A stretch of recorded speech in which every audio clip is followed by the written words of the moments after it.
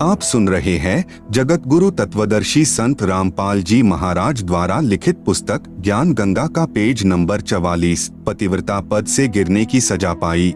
कई युगों तक दोनों सात संख ब्रह्मांडों में रहे, परंतु परब्रह्म ने दुर्व्यवहार नहीं किया। ईश्वरी माया की स्वेच्छा से अंगीकार किया तथा अपनी शब्द शक्ति द्वारा नाखूनों से स्त्री इंद्री यानी योनि बनाई। ईश्वरी देवी की सहमति से संतान उत्पन्न की। इसलिए परब्रह्म के लोक यानी सात संख ब्रह्मांडों में प्राणियों को तप्तशिला का कष्ट नहीं है तथा वहाँ पशु पक्षी भी ब्रह्म लोक के देवों से अच्छे चरित्र युक्त हैं। आयु भी बहुत लंबी है, परंतु जन्म मृत्यु कर्माधार पर कर्मदंड तथा परिश्रम करके ही उदर पूर्ति होती है। स्वर्ग तथा नरक भी ऐसे ही बने हैं।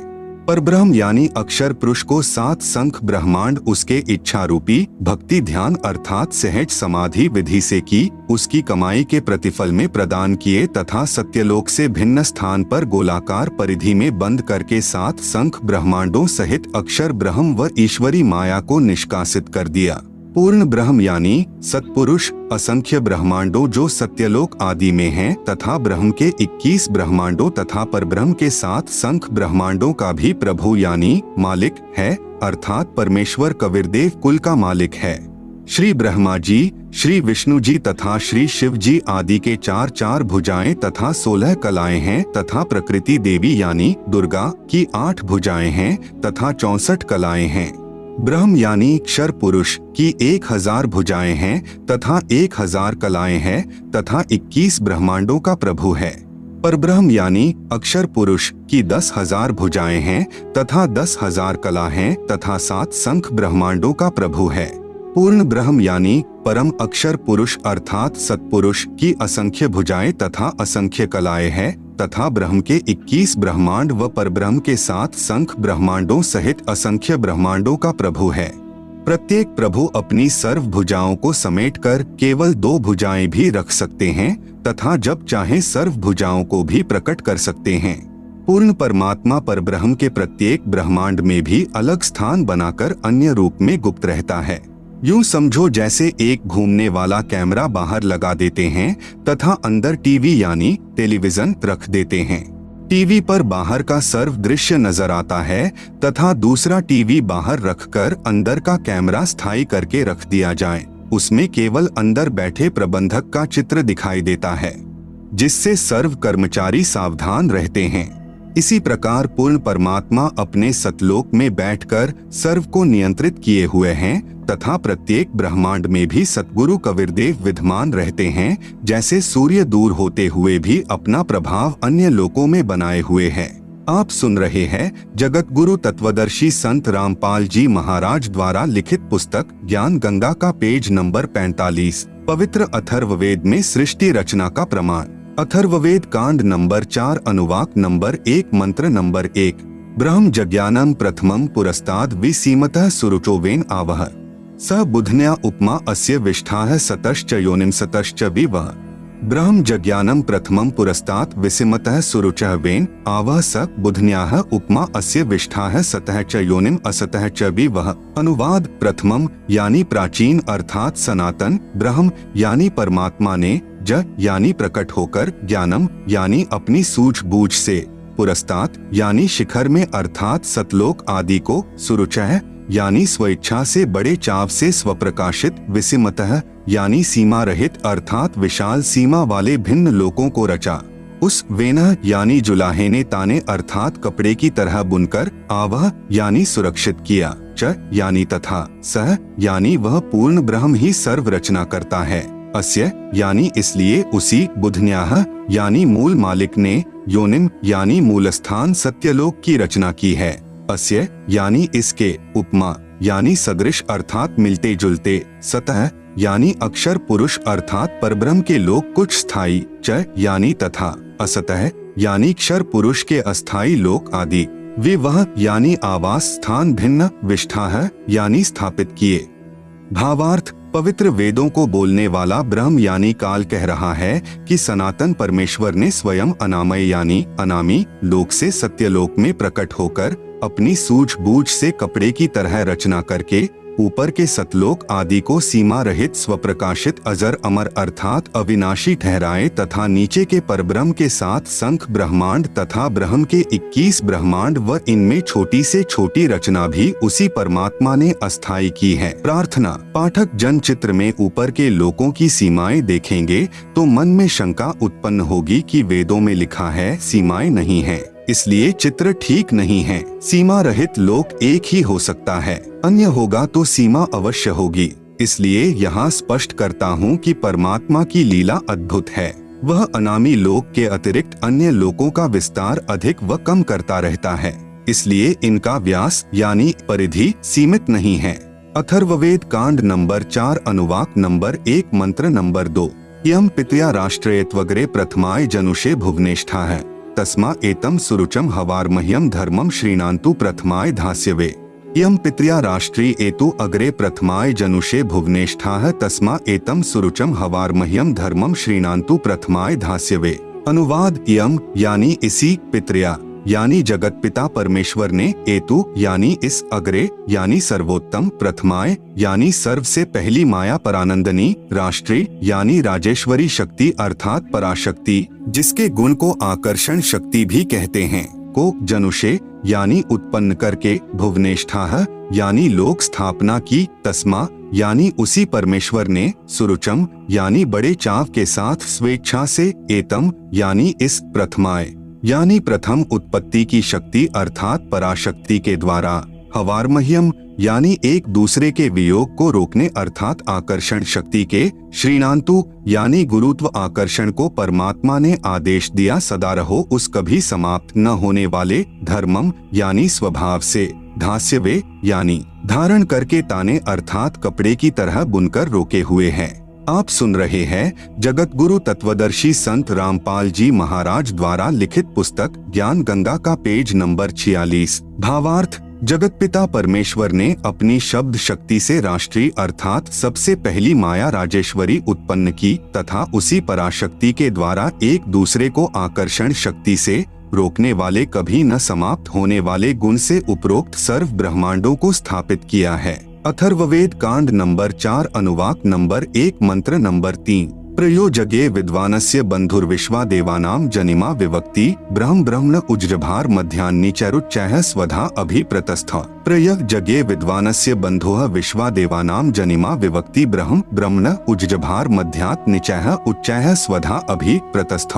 अनुवाद। प्र यानी सर्वप्रथम, देवानाम यानी देवताओं व ब्रह्मांडों की, जगे यानी उत्पत्ति के ज्ञान को, विद्वानस्य यानी जिज्ञासु भक्त का, यह यानी जो, बंधुः यानी वास्तविक साथी अर्थात पूर्ण परमात्मा ही अपने निज सेवक को, जनिमा यानी अपने द्वारा सृजन किए हुए को, विवक्ति यानी स्वयं ही ठीक ठीक विस्तार पूर्वक बताता है कि, ब्रह्मणः यानी पूर्ण परमात्मा ने, मध्यात् यानी अपने मध्य से अर्थात शब्द शक्ति से, ब्रह्म है यानी ब्रह्मक्षर पुरुष अर्थात काल को, उज्जभार यानी उत्पन्न करके, विश्वा यानी सारे संसार को अर्थात सर्व लोकों को, उच्चैः यानी ऊपर सत्यलोक आदि, निचैः यानी नीचे परब्रह्म व ब्रह्म के यानी सर्व ब्रह्मांड, स्वधा यानी अपनी धारण करने वाली, अभियः यानी आकर्षण शक्ति से, प्रतस्थौ यानी दोनों को अच्छी प्रकार स्थित किया। भावार्थ। पूर्ण परमात्मा अपने द्वारा रची सृष्टि का ज्ञान तथा सर्व आत्माओं की उत्पत्ति का ज्ञान अपने निजी दास को स्वयं ही सही बताता है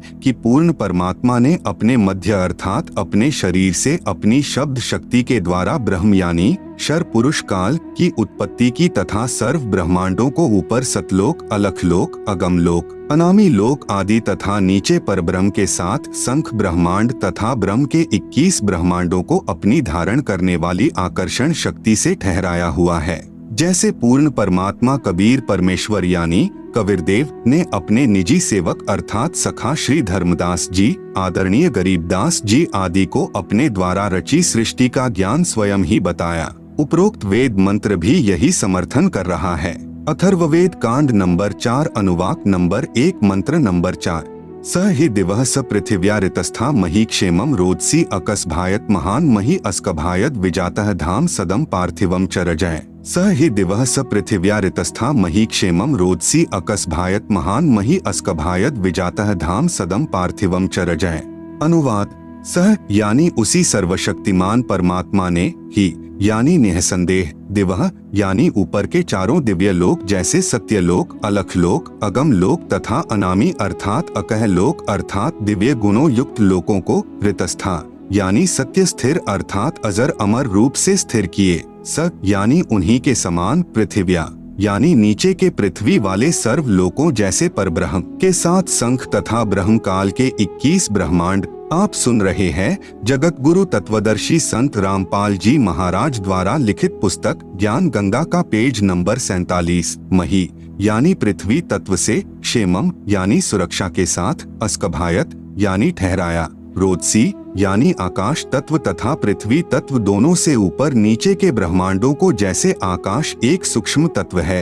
आकाश का गुण शब्द है। पूर्ण परमात्मा ने ऊपर के लोक शब्द रूप रचे जो तेजपुंज के बनाए हैं तथा नीचे के परब्रह्म यानी अक्षर पुरुष के सप्त संख ब्रह्मांड तथा ब्रह्मक्षर पुरुष के 21 ब्रह्मांडों को पृथ्वी तत्व से अस्थायी रचा। महान यानी पूर्ण परमात्मा ने, पार्थिवम यानी पृथ्वी वाले, वि यानी भिन्न भिन्न, धाम यानी लोक, च यानी और, सदम यानी आवास स्थान, मही यानी पृथ्वी तत्व से, रजह यानी प्रत्येक ब्रह्मांड में छोटे छोटे लोकों की, जातः यानी रचना करके, अस्कभायत यानी स्थिर किया। भावार्थ: ऊपर के चारों लोक सत्यलोक, अलख लोक, अगम लोक, अनामी लोक, यह तो अजर अमर स्थायी अर्थात अविनाशी रचे हैं तथा नीचे के ब्रह्म तथा परब्रह्म के लोकों को अस्थायी रचना करके तथा अन्य छोटे छोटे लोक भी उसी परमेश्वर ने रचकर स्थिर किए।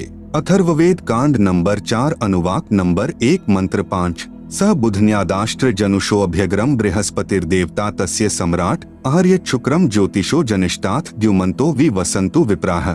स बुधन्यात् आष्ट्र जनुषे अभि अग्रम बृहस्पतिः देवता तस्य सम्राट अह यत् शुक्रम ज्योतिषः जनिष्ठ अथ द्युमन्तः वि वसन्तु विप्राह।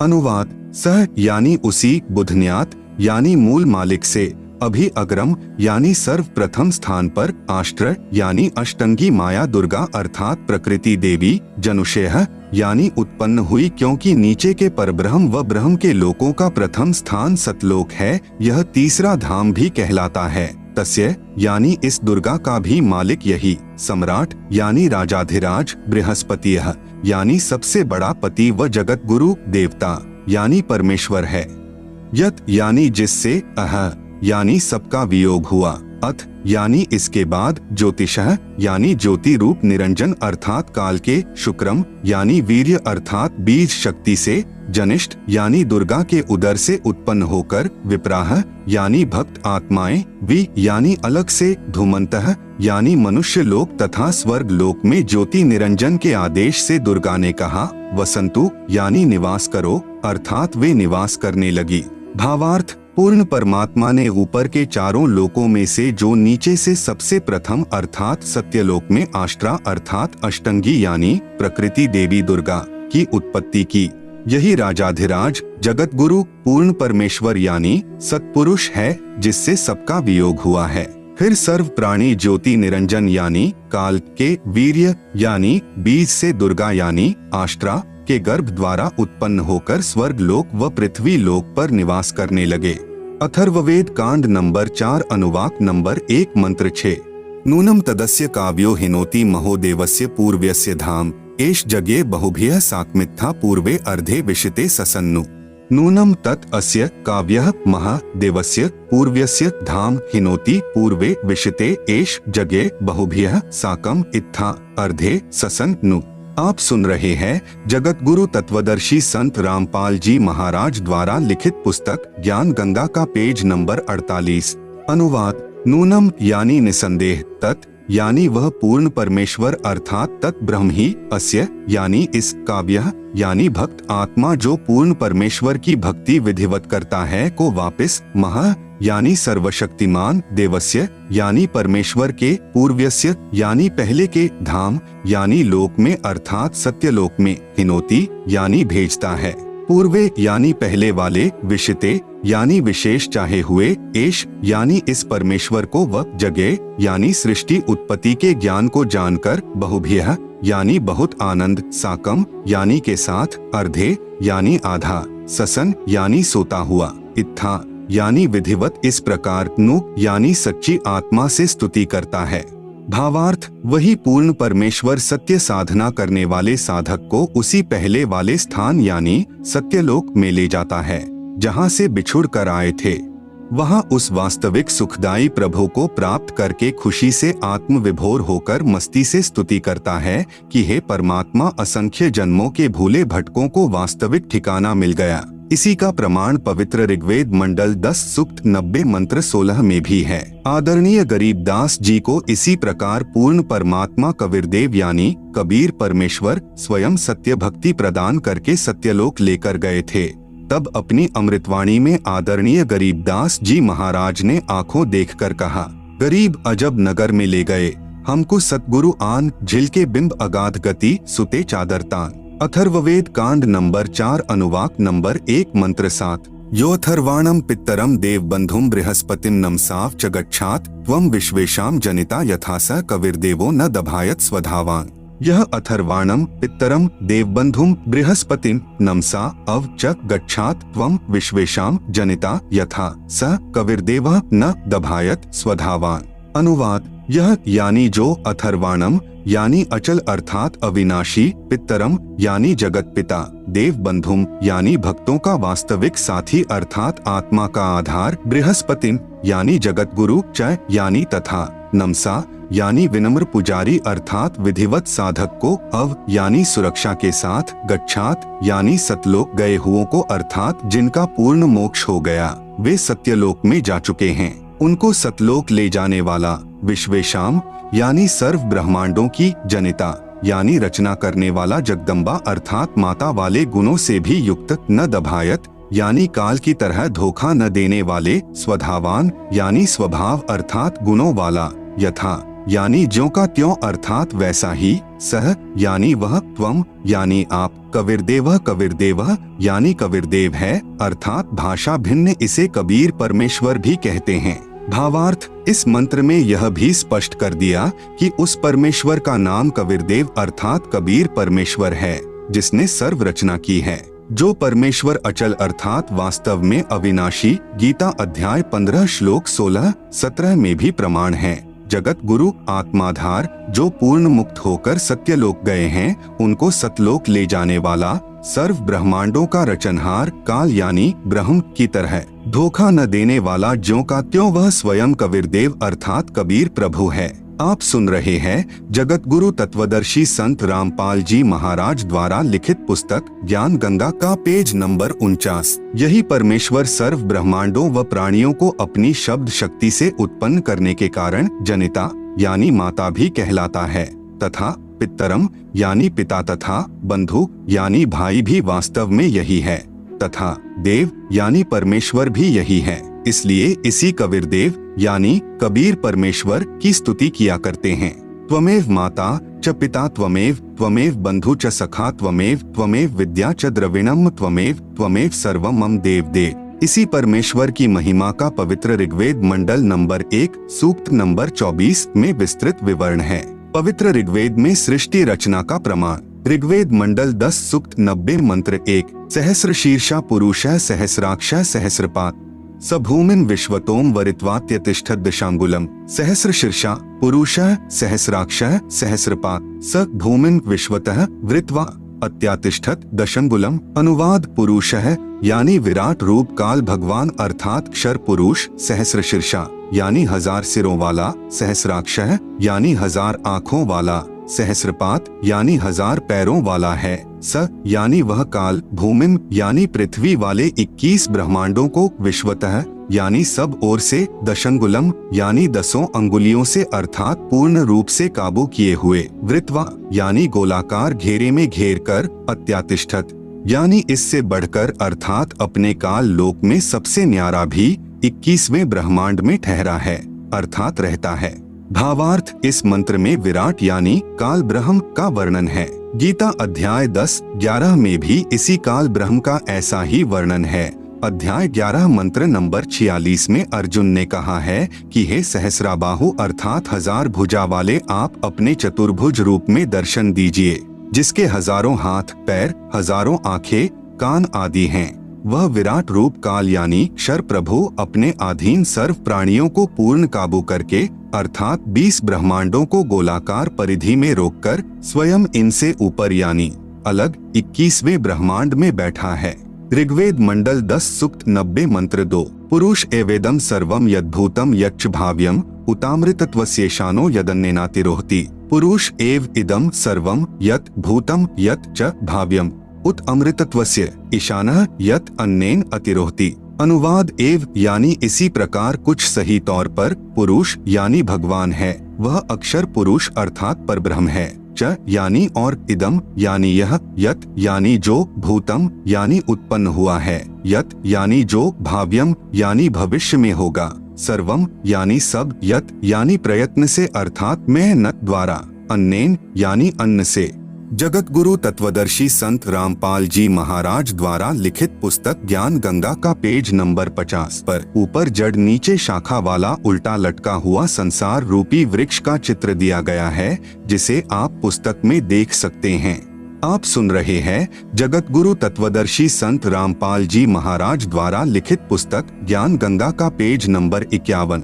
अतिरोहति यानी विकसित होता है। यह अक्षर पुरुष भी उत यानी संदेह युक्त, अमृतत्वस्य यानी मोक्ष का, ईशानः यानी स्वामी है, अर्थात भगवान तो अक्षर पुरुष भी कुछ सही है, परंतु पूर्ण मोक्षदायक नहीं है। भावार्थ, इस मंत्र में परब्रह्म यानी अक्षर पुरुष का विवरण है, जो कुछ भगवान वाले लक्षणों से युक्त है, परंतु इसकी भक्ति से भी पूर्ण मोक्ष नहीं है, इसलिए इसे संदेह युक्त मुक्तिदाता कहा है। इसे कुछ प्रभु के गुणों युक्त इसलिए कहा है कि यह काल की तरह तप्तशिला पर भून कर नहीं खाता, परंतु इस परब्रह्म के लोक में भी प्राणियों को परिश्रम करके कर्माधार पर ही फल प्राप्त होता है तथा अन्न से ही सर्व प्राणियों के शरीर विकसित होते हैं। जन्म तथा मृत्यु का समय भले ही काल यानी क्षर पुरुष से अधिक है, परंतु फिर भी उत्पत्ति प्रलय तथा 84 लाख योनियों में यातना बनी रहती है। मंडल 10 सूक्त 90 मंत्र 3। एतावानस्य महिमातो ज्यायाश्च पुरुषः पादोऽस्य विश्वा भूतानि त्रिपादस्यामृतम दिवि। तावान अस्य महिमा अतः ज्यायान च पुरुषः पादः अस्य विश्वा भूतानि त्रिपाद अस्य अमृतम दिवि। अनुवाद अस्य यानी इस अक्षर पुरुष अर्थात परब्रह्म की तो एतावान यानी इतनी ही महिमा यानी प्रभुता है, च यानी तथा, पुरुषः यानी वह परम अक्षर ब्रह्म अर्थात पूर्ण ब्रह्म परमेश्वर तो अतः यानी इससे भी, ज्यायान यानी बड़ा है, विश्वा यानी समस्त, भूतानी यानी क्षर पुरुष तथा अक्षर पुरुष तथा इनके लोकों में तथा सत्यलोक तथा इन लोकों में जितने भी प्राणी हैं, अस्य यानी इस पूर्ण परमात्मा परम अक्षर पुरुष का, पादः यानी एक पैर है अर्थात एक अंश मात्र है, अस्य यानी इस परमेश्वर के, त्रि यानी 3, दिवि यानी दिव्य लोक जैसे सत्यलोक, अलख लोक, अगम लोक, अमृतम यानी अविनाशी, पाद यानी दूसरा पैर है, अर्थात जो भी सर्व ब्रह्मांडों में उत्पन्न है वह सत्य पुरुष पूर्ण परमात्मा का ही अंश या अंग है। भावार्थ, इस ऊपर के मंत्र 2 में वर्णित अक्षर पुरुष यानी परब्रह्म की तो इतनी ही महिमा है तथा वह पूर्ण पुरुष कबीरदेव तो इससे भी बड़ा है, अर्थात सर्वशक्तिमान है तथा सर्व ब्रह्मांड उसी के अंश मात्र पर ठहरे हैं। इस मंत्र में 3 लोकों का वर्णन इसलिए है क्योंकि चौथा अनामी यानी अनामय लोक अन्य रचना से पहले का है। यही 3 प्रभुओं यानी क्षर पुरुष, अक्षर पुरुष तथा इन दोनों से अन्य परम अक्षर पुरुष का विवरण श्रीमद् भगवत गीता अध्याय 15 श्लोक संख्या 16-17 में है। इसी का प्रमाण आदरणीय गरीबदास साहेब जी कहते हैं कि गरीब जाके अर्धरूम पर सकल पसारा, ऐसा पूर्ण ब्रह्म हमारा, गरीब अनंत कोटि ब्रह्मांड का, एक रति नहीं भार, सतगुरु पुरुष कबीर हैं कुल के सृजनहार। इसी का प्रमाण आदरणीय दादू साहेब जी कह रहे हैं कि जिन मोह को निज नाम दिया सोई सतगुरु हमार, दादू दूसरा कोई नहीं, कबीर सृजनहार। इसी का प्रमाण आदरणीय नानक साहेब जी देते हैं कि यक अर्ज गुफ्तम पेश तो दर कून करतार, हक्का कबीर करीम तू बेअब परवरदिगार। आप सुन रहे हैं जगत गुरु तत्वदर्शी संत रामपाल जी महाराज द्वारा लिखित पुस्तक ज्ञान गंगा का पेज नंबर 52, श्री गुरु ग्रंथ साहिब, पृष्ठ नंबर 721, महिला 1, राग तिलंग। कून करतार का अर्थ होता है सर्व का रचनहार, अर्थात शब्द शक्ति से रचना करने वाला शब्द स्वरूपी प्रभु। हक्का कबीर का अर्थ है सत कबीर, करीम का अर्थ दयालु, परवरदिगार का अर्थ परमात्मा है। मंडल 10 सूक्त 90 मंत्र 4। त्रिपादूर्ध्व उदैत पुरुषः पादोऽस्यः भवत् पुनः ततो विश्वं व्यक्रामत् शासनांशने अभि। त्रिपाद ऊर्ध्वः उदैत पुरुषः पादः अस्य यह अभवत् पुनः ततः विश्वं व्यक्रामत् सह अशनांशने अभि।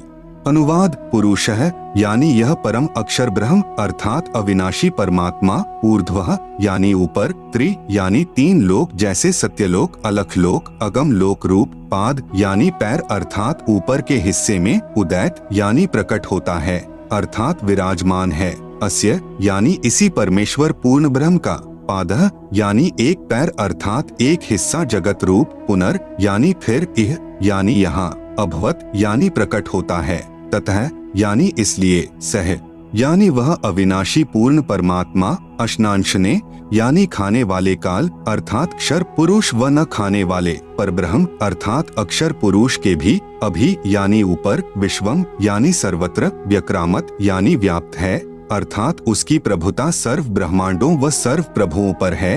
वह कुल का मालिक है जिसने अपनी शक्ति को सर्व के ऊपर फैलाया है। भावार्थ यही सर्व सृष्टि रचनहार प्रभु अपनी रचना के ऊपर के हिस्से में तीनों स्थानों यानी सतलोक, अलख लोक, अगमलोक में 3 रूप में स्वयं प्रकट होता है अर्थात स्वयं ही विराजमान है। यहाँ अनामी लोक का वर्णन इसलिए नहीं किया क्योंकि अनामी लोक में कोई रचना नहीं है, तथा अकह यानी अनामय लोक शेष रचना से पूर्व का है। फिर कहा है कि उसी परमात्मा के सत्यलोक से बिछुड़कर नीचे के ब्रह्म व परब्रह्म के लोक उत्पन्न होते हैं और वह पूर्ण परमात्मा खाने वाले ब्रह्म अर्थात काल से, क्योंकि ब्रह्म काल विराट श्रापवश 1 लाख मानव शरीरधारी प्राणियों को खाता है, तथा न खाने वाले परब्रह्म अर्थात अक्षर पुरुष से यानी परब्रह्म प्राणियों को खाता नहीं, परंतु जन्म मृत्यु कर्मदंड ज्यों का त्यों बना रहता है, भी ऊपर सर्वत्र व्याप्त है अर्थात इस पूर्ण परमात्मा की प्रभुता सर्व के ऊपर है। कबीर परमेश्वर ही कुल का मालिक है जिसने अपनी शक्ति को सर्व के ऊपर फैलाया है, जैसे सूर्य अपने प्रकाश को सर्व के ऊपर फैलाकर प्रभावित करता है, ऐसे पूर्ण परमात्मा ने अपनी शक्ति रूपी रेंज यानी क्षमता को सर्व ब्रह्मांडों को नियंत्रित रखने के लिए छोड़ा हुआ है। जैसे मोबाइल फोन का टावर एक देशीय होते हुए अपनी शक्ति अर्थात मोबाइल फोन की रेंज यानी क्षमता चहुं ओर फैलाए रहता है, इसी प्रकार पूर्ण प्रभु ने अपनी निराकार शक्ति सर्व व्यापक की है, जिससे पूर्ण परमात्मा सर्व ब्रह्मांडों को एक स्थान पर बैठकर नियंत्रित रखता है।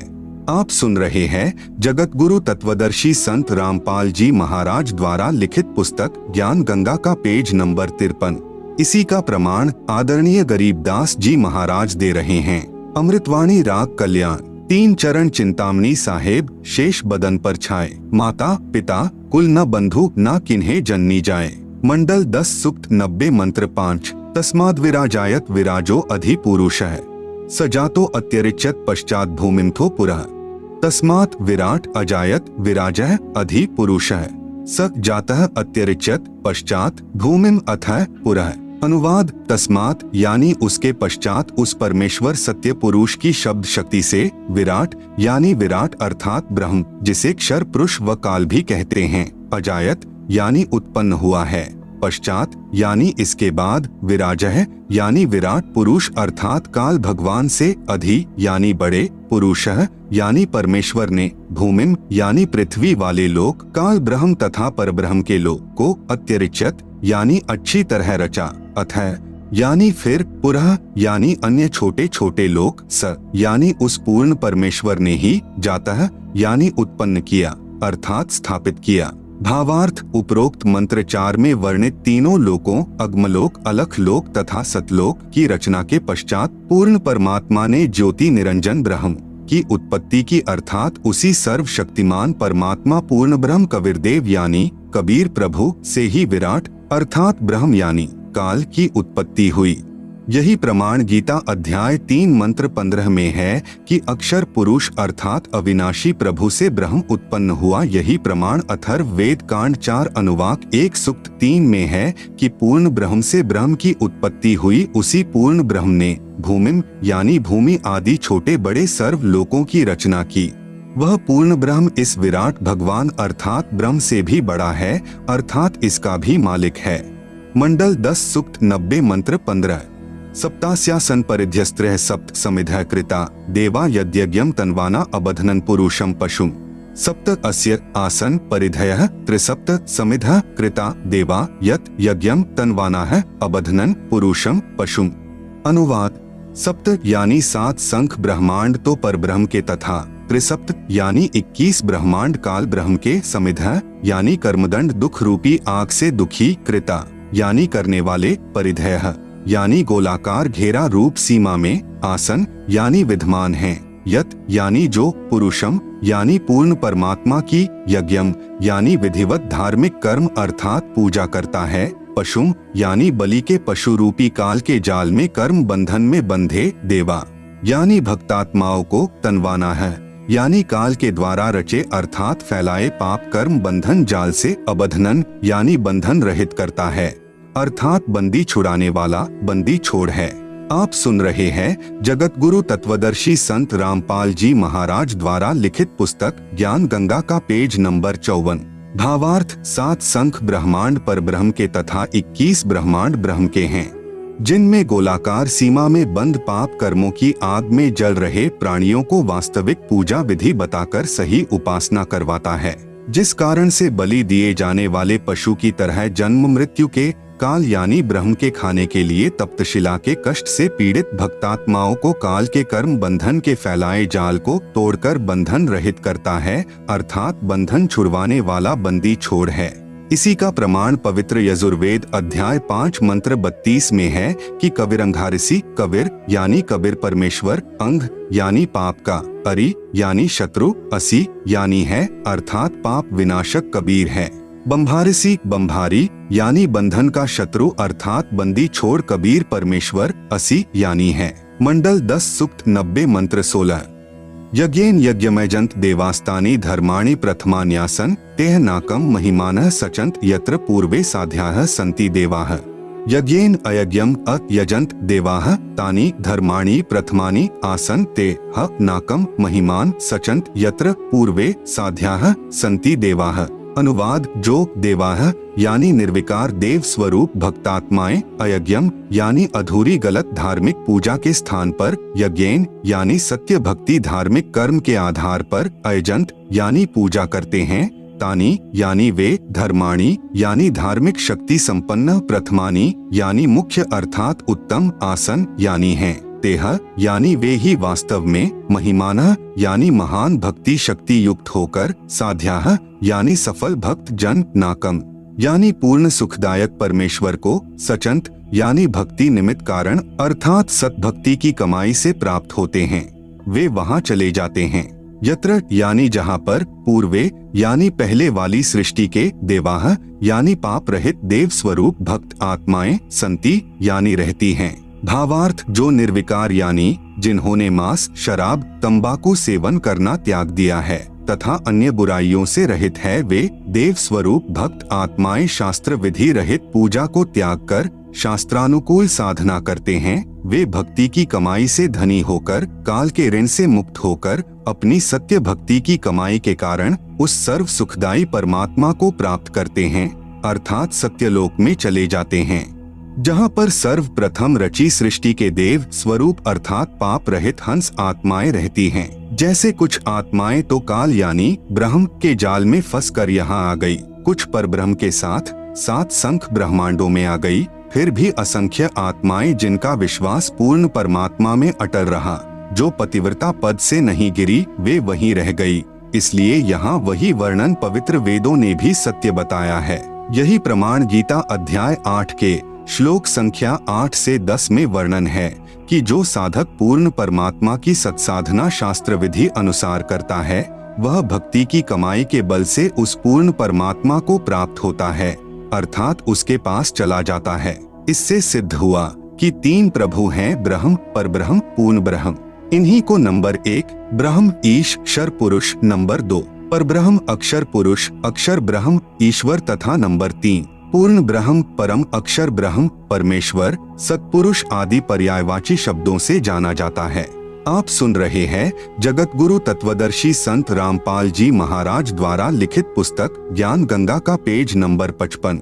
यही प्रमाण ऋग्वेद मंडल 9 सूक्त 96 मंत्र 17 से 20 में स्पष्ट है कि पूर्ण परमात्मा कबीरदेव यानी कबीर परमेश्वर शिशु रूप धारण करके प्रकट होता है तथा अपना निर्मल ज्ञान अर्थात तत्व ज्ञान कबीरगीर भी है यानी कबीर वाणी के द्वारा अपने अनुयायियों को बोल बोल कर वर्णन करता है। वह कबीरदेव यानी कबीर परमेश्वर ब्रह्म यानी क्षर पुरुष के धाम तथा परब्रह्म यानी अक्षर पुरुष के धाम से भिन्न जो पूर्ण ब्रह्म यानी परम अक्षर पुरुष का तीसरा रिद्धाम यानी सतलोक है उसमें आकार में विराजमान है तथा सतलोक से चौथा अनामी लोक है उसमें भी यही कबीरदेव यानी कबीर परमेश्वर अनामी पुरुष रूप में मनुष्य सदृश आकार में विराजमान है। पवित्र श्रीमद् देवी महापुराण में सृष्टि रचना का प्रमाण ब्रह्मा विष्णु तथा शिव के माता पिता दुर्गा और ब्रह्म के योग से ब्रह्मा विष्णु और शिव का जन्म। पवित्र श्रीमद् देवी महापुराण 3 स्कंद अध्याय 1 से 3 गीता प्रेस गोरखपुर से प्रकाशित। अनुवादकर्ता श्री हनुमान प्रसाद पोद्दार तथा चिमन लाल गोस्वामी जी। पृष्ठ नंबर 114 से पृष्ठ नंबर 114 से 118 तक विवरण है कि कितने ही आचार्य भवानी को संपूर्ण मनोरथ पूर्ण करने वाली बताते हैं। वह प्रकृति कहलाती है तथा ब्रह्म के साथ अभेद संबंध है।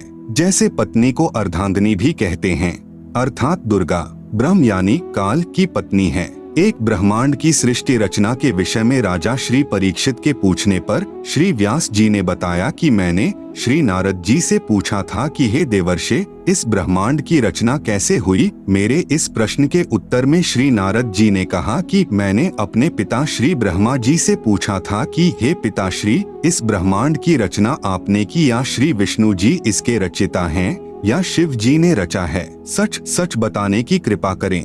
तब मेरे पूज्य पिता श्री ब्रह्मा जी ने बताया कि बेटा नारद मैंने अपने आप को कमल के फूल पर बैठा पाया था। मुझे नहीं मालूम इस अगाध जल में मैं कहां से उत्पन्न हो गया। 1000 वर्ष तक पृथ्वी का अन्वेषण करता रहा, कहीं जल का ओरछोर नहीं पाया।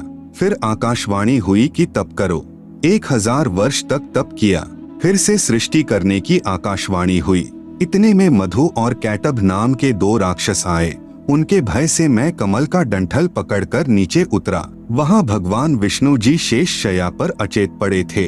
उनमें से एक स्त्री यानी प्रेतवत प्रविष्ट दुर्गा निकली।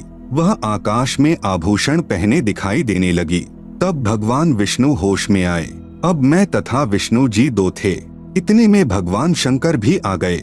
देवी ने हमें विमान में बैठाया तथा ब्रह्म लोक में ले गई। वहाँ एक ब्रह्मा एक विष्णु तथा एक शिव को और देखा। फिर एक देवी देखी। उसे देखकर विष्णु जी ने विवेक पूर्वक निम्न वर्णन किया। ब्रह्म काल ने भगवान विष्णु को चेतना प्रदान कर दी। उसको अपने बाल्यकाल की याद आई, तब बचपन की कहानी सुनाई। आप सुन रहे हैं जगत गुरु तत्वदर्शी संत रामपाल जी महाराज द्वारा लिखित पुस्तक ज्ञान गंगा का पेज नंबर 56 पृष्ठ नंबर 119 से 120 पर भगवान विष्णु जी ने श्री ब्रह्मा जी तथा श्री शिव जी से कहा कि यह हम तीनों की माता है।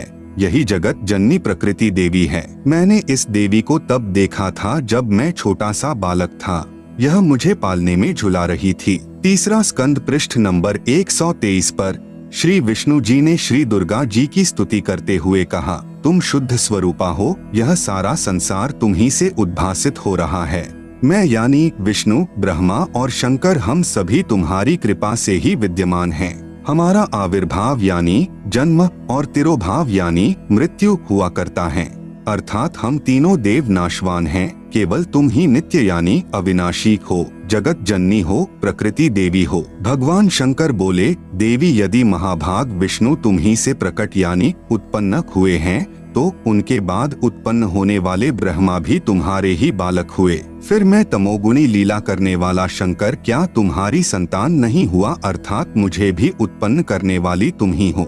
विचार करें, उपरोक्त विवरण से सिद्ध हुआ कि श्री ब्रह्मा जी, श्री विष्णु जी, श्री शिव जी नाशवान हैं, मृत्युंजय यानी अजर अमर व सर्वेश्वर नहीं हैं, तथा दुर्गा यानी प्रकृति के पुत्र हैं, तथा ब्रह्म यानी काल सदाशिव इनका पिता है। तीसरा स्कंद पृष्ठ नंबर 125 पर ब्रह्मा जी के पूछने पर कि हे माता, वेदों में जो ब्रह्म कहा है वह आप ही हैं या कोई अन्य प्रभु है? इसके उत्तर में यहाँ तो दुर्गा कह रही है कि मैं तथा ब्रह्म एक ही हैं। फिर इसी स्कंद अध्याय 6 के पृष्ठ नंबर 129 पर कहा है कि अब मेरा कार्य सिद्ध करने के लिए विमान पर बैठकर तुम लोग शीघ्र पधारो यानी जाओ। कोई कठिन कार्य उपस्थित होने पर जब तुम मुझे याद करोगे तब मैं सामने आ जाऊंगी। देवताओं मेरा यानी दुर्गा का तथा ब्रह्म का ध्यान तुम्हें सदा करते रहना चाहिए। हम दोनों का स्मरण करते रहोगे तो तुम्हारे कार्य सिद्ध होने में तनिक भी संदेह नहीं है।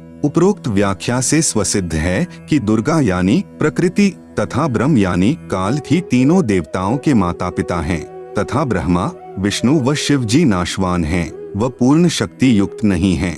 तीनों देवताओं श्री ब्रह्मा जी, श्री विष्णु जी, श्री शिव जी की शादी दुर्गा यानी प्रकृति देवी ने की। पृष्ठ नंबर 128-129 पर तीसरे स्कंद में गीता अध्याय नंबर 7 का श्लोक नंबर 12, ये च एव सात्विकाः भावाः राजसाः तामसाः च ये मतः एव इति तान विद्धि न तु अहम तेषु ते मयि।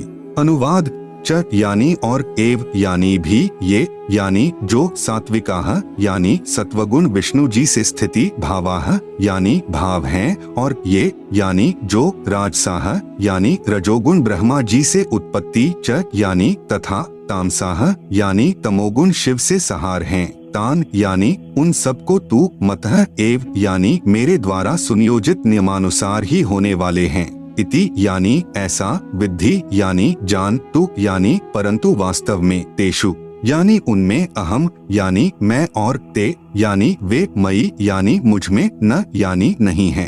आप सुन रहे हैं जगत गुरु तत्वदर्शी संत रामपाल जी महाराज द्वारा लिखित पुस्तक ज्ञान गंगा का पेज नंबर 57। पवित्र शिव महापुराण में सृष्टि रचना का प्रमाण। काल ब्रह्म व दुर्गा से विष्णु, ब्रह्मा व शिव की उत्पत्ति। इसी का प्रमाण पवित्र श्री शिव पुराण गीता प्रेस गोरखपुर से प्रकाशित अनुवादकर्ता श्री हनुमान प्रसाद पोद्दार इसके अध्याय 6 रुद्र संहिता पृष्ठ नंबर 100 पर कहा है कि जो मूर्ति रहित परब्रह्म है उसी की मूर्ति भगवान सदाशिव है। इनके शरीर से एक शक्ति निकली, वह शक्ति अंबिका, प्रकृति यानी दुर्गा, त्रिदेव जननी यानी श्री ब्रह्मा जी, श्री विष्णु जी तथा श्री शिव जी को उत्पन्न करने वाली माता कहलाई, जिसकी 8 भुजाएं हैं। वे जो सदाशिव हैं उन्हें शिव, शंभु और महेश्वर भी कहते हैं। पृष्ठ नंबर 101 पर वे अपने सारे अंगों में भस्म रमाए रहते हैं। उन काल रूपी ब्रह्म ने एक शिवलोक नामक क्षेत्र का निर्माण किया। फिर दोनों ने पति पत्नी का व्यवहार किया, जिससे एक पुत्र उत्पन्न हुआ। उसका नाम विष्णु रखा। शिव पुराण पृष्ठ नंबर 102। फिर रुद्र संहिता अध्याय नंबर 7 पृष्ठ नंबर 103 पर ब्रह्मा जी ने कहा कि मेरी उत्पत्ति भी भगवान सदाशिव यानी ब्रह्म, काल तथा प्रकृति यानी दुर्गा के संयोग से अर्थात पति पत्नी के व्यवहार से ही हुई। फिर मुझे बेहोश कर दिया। फिर रुद्र संहिता अध्याय नंबर 9 पृष्ठ नंबर 110 पर कहा है कि इस प्रकार ब्रह्मा, विष्णु तथा रुद्र इन तीनों देवताओं में गुण हैं, परंतु शिव यानी काल ब्रह्म गुणातीत माने गए हैं। यहाँ पर 4 सिद्ध हुए अर्थात सदाशिव यानी काल ब्रह्म व प्रकृति यानी दुर्गा से ही ब्रह्मा, विष्णु तथा शिव उत्पन्न हुए हैं। तीनों भगवानों श्री ब्रह्मा जी, श्री विष्णु जी तथा श्री शिव जी की माता जी श्री दुर्गा जी तथा पिता जी श्री ज्योति निरंजन यानी ब्रह्म है। यही तीनों प्रभु रजगुण ब्रह्मा जी, सतगुण विष्णु जी, तमगुण शिव जी हैं। पवित्र श्रीमद् भगवत गीता जी में सृष्टि रचना का प्रमाण।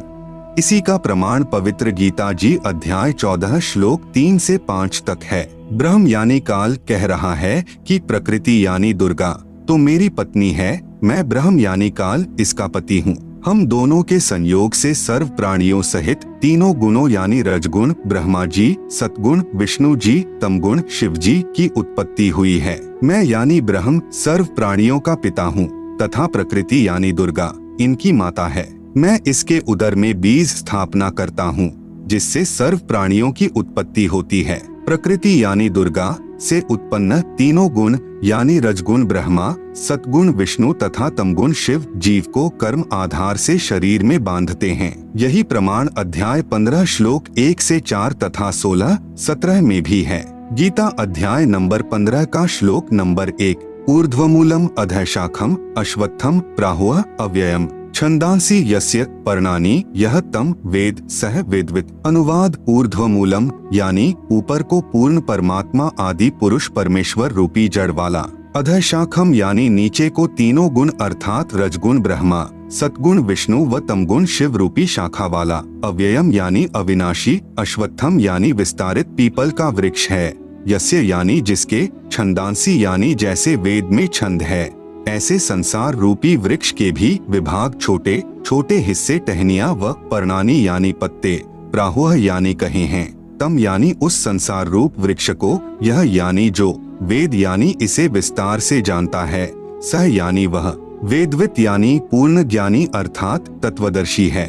आप सुन रहे हैं जगत गुरु तत्वदर्शी संत रामपाल जी महाराज द्वारा लिखित पुस्तक ज्ञान गंगा का पेज नंबर 58। गीता अध्याय नंबर 15 का श्लोक नंबर 2, अधः च ऊर्ध्वं प्रसृताः तस्य शाखाः गुण प्रवृद्धाः विश्वप्रवालाः अधः च मूलानि अनुसंततानि कर्मानुबंधीनि मनुष्यलोके। अनुवाद तस्य यानी उस वृक्ष की, अधः यानी नीचे, च यानी और ऊर्ध्वम यानी ऊपर, गुण प्रवृद्धाः यानी तीनों गुणों ब्रह्मा, रजगुण विष्णु सतगुण शिव तमगुण रूपी, प्रसृता यानी फैली हुई, विश्व प्रवाला है यानी विकार काम क्रोध मोह लोभ अहंकार रूपी कोपल, शाखा है यानी डाली ब्रह्मा विष्णु शिव, कर्मानुबंधीनी यानी जीव को कर्मों में बांधने की, मूलानी यानी जड़े अर्थात मुख्य कारण हैं, च यानी तथा, मनुष्यलोके यानी मनुष्यलोक अर्थात पृथ्वी लोक में, अधः यानी नीचे नरक 84 लाख जूनियों में, ऊर्ध्वम यानी ऊपर स्वर्ग लोक आदि में, अनुसंततानी यानी व्यवस्थित किए हुए हैं।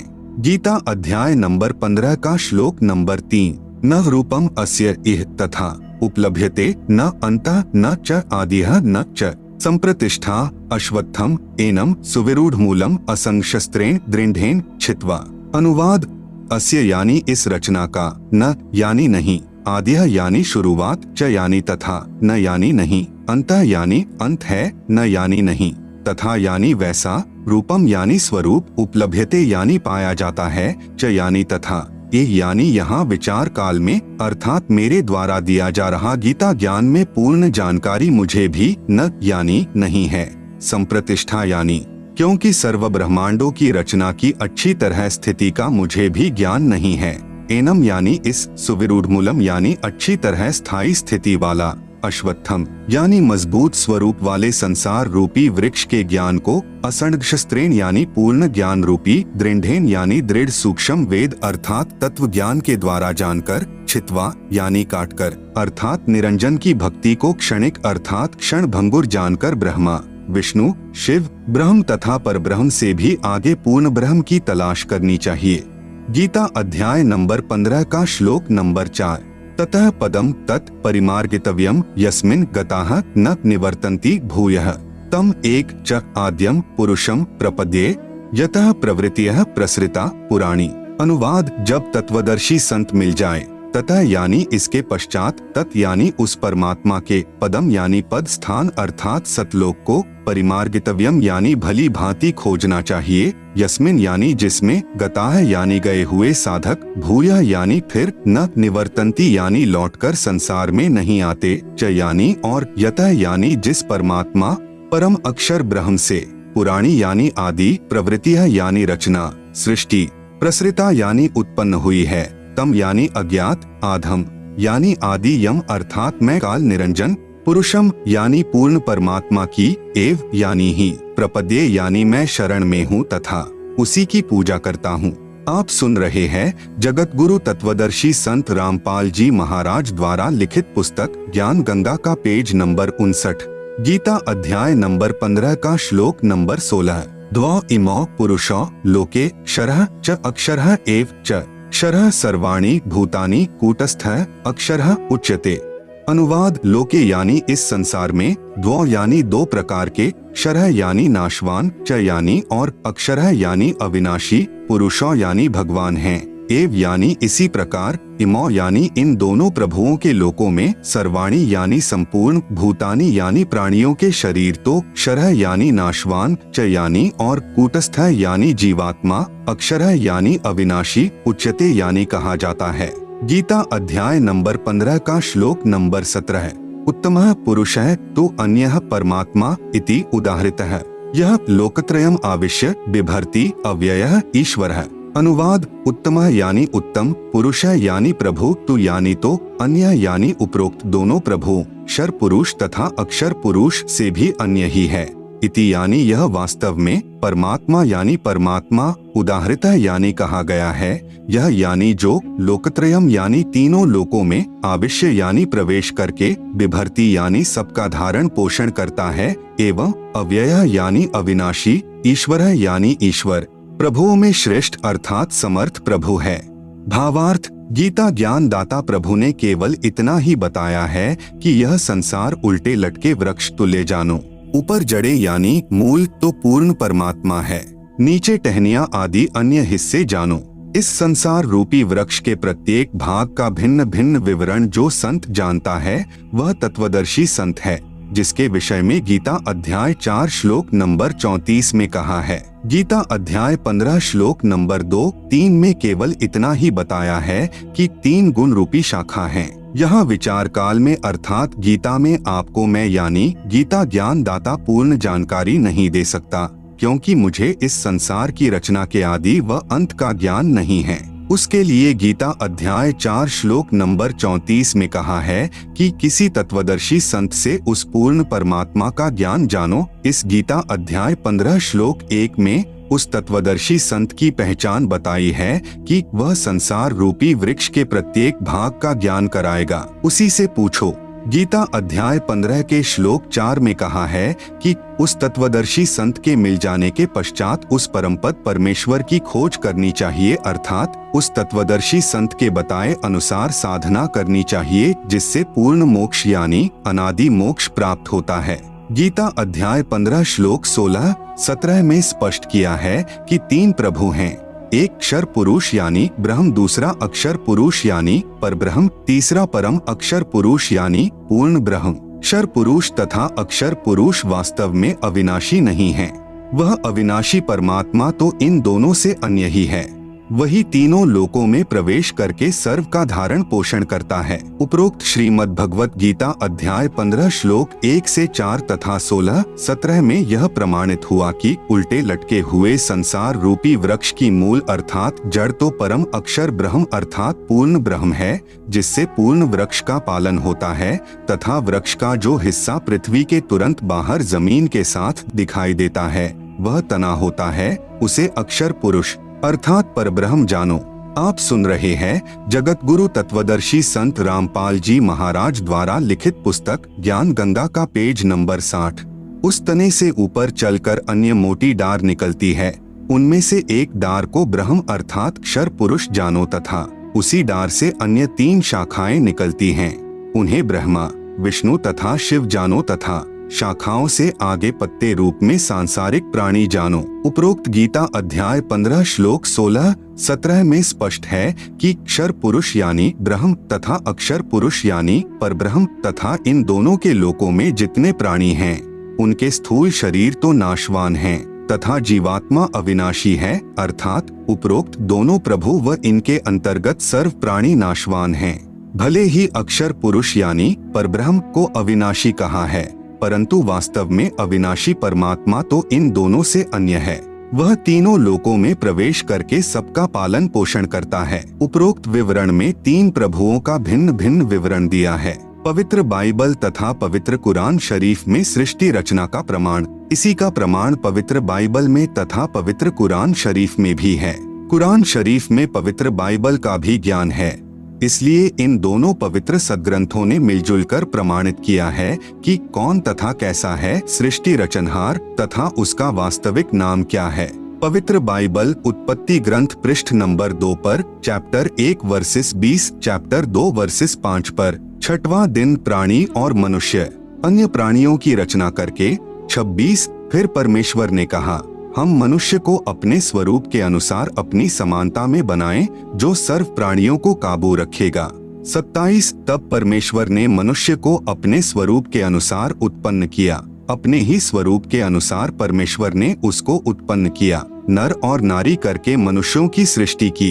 29 प्रभु ने मनुष्यों के खाने के लिए जितने बीज वाले छोटे पेड़ तथा जितने पेड़ों में बीज वाले फल होते हैं वे भोजन के लिए प्रदान किए हैं, मांस खाना नहीं कहा है।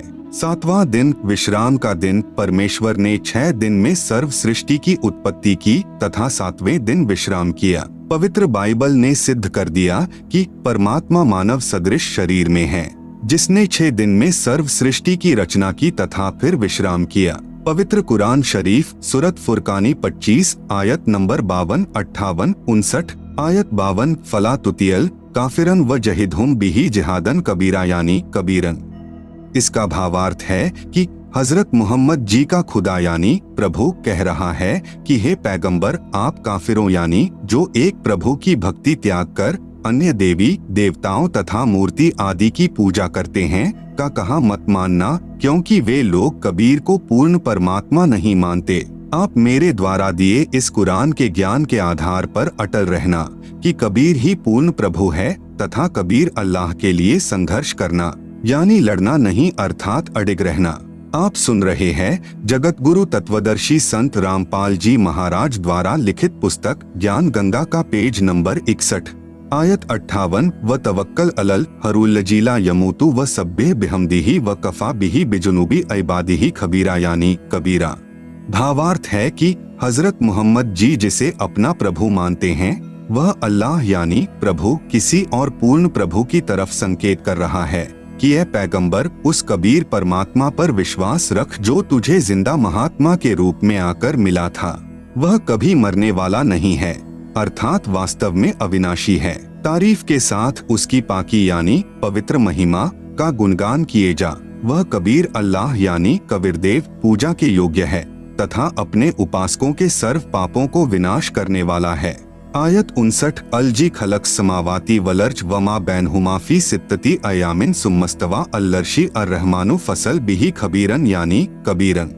भावार्थ है कि हजरत मोहम्मद को कुरान शरीफ बोलने वाला प्रभु यानी अल्लाह कह रहा है कि वह कबीर प्रभु वही है जिसने जमीन तथा आसमान के बीच में जो भी विद्यमान है सर्व सृष्टि की रचना 6 दिन में की तथा 7वें दिन ऊपर अपने सत्यलोक में सिंहासन पर विराजमान हो गया यानी बैठ गया। उसके विषय में जानकारी किसी बाखबर यानी तत्वदर्शी संत से पूछो। उस पूर्ण परमात्मा की प्राप्ति कैसे होगी तथा वास्तविक ज्ञान तो किसी तत्वदर्शी संत यानी बाखबर से पूछो, मैं नहीं जानता। उपरोक्त दोनों पवित्र धर्मों यानी ईसाई तथा मुसलमान के पवित्र शास्त्रों ने भी मिलजुल कर प्रमाणित कर दिया कि सर्व सृष्टि रचनहार, सर्व पाप विनाशक, सर्व शक्तिमान अविनाशी परमात्मा मानव सदृश शरीर में आकार में है तथा सत्यलोक में रहता है। उसका नाम कबीर है, उसी को अल्लाहु अकबिरू भी कहते हैं। आदरणीय धर्मदास जी ने पूज्य कबीर प्रभु से पूछा कि हे सर्वशक्तिमान, आज तक यह तत्व ज्ञान किसी ने नहीं बताया, वेदों के मर्मज्ञ ज्ञानियों ने भी नहीं बताया। इससे सिद्ध है कि चारों पवित्र वेद तथा चारों पवित्र कतेब यानी कुरान शरीफ आदि झूठे हैं। पूर्ण परमात्मा ने कहा, कबीर वेद कतेब झूठे नहीं भाई, झूठे हैं जो समझे नहीं। भावार्थ है कि चारों पवित्र वेद ऋग्वेद, अथर्ववेद, यजुर्वेद, सामवेद तथा पवित्र चारों कतेब कुरान शरीफ, जबूर, तौरात, इंजिल गलत नहीं हैं, परंतु जो इनको नहीं समझ पाए वे नादान हैं। पूज्य कबीर परमेश्वर यानी कबीर देव जी की अमृतवाणी में सृष्टि रचना विशेष निम्न अमृतवाणी सन 1403 से। जब पूज्य कबीरदेव कबीर परमेश्वर लीलामय शरीर में 5 वर्ष के हुए सन 1518, जब कबीरदेव यानी कबीर परमेश्वर मगहर स्थान से सशरीर सतलोक गए के बीच में लगभग 600 वर्ष पूर्व परम पूज्य कबीर परमेश्वर यानी कबीरदेव जी द्वारा अपने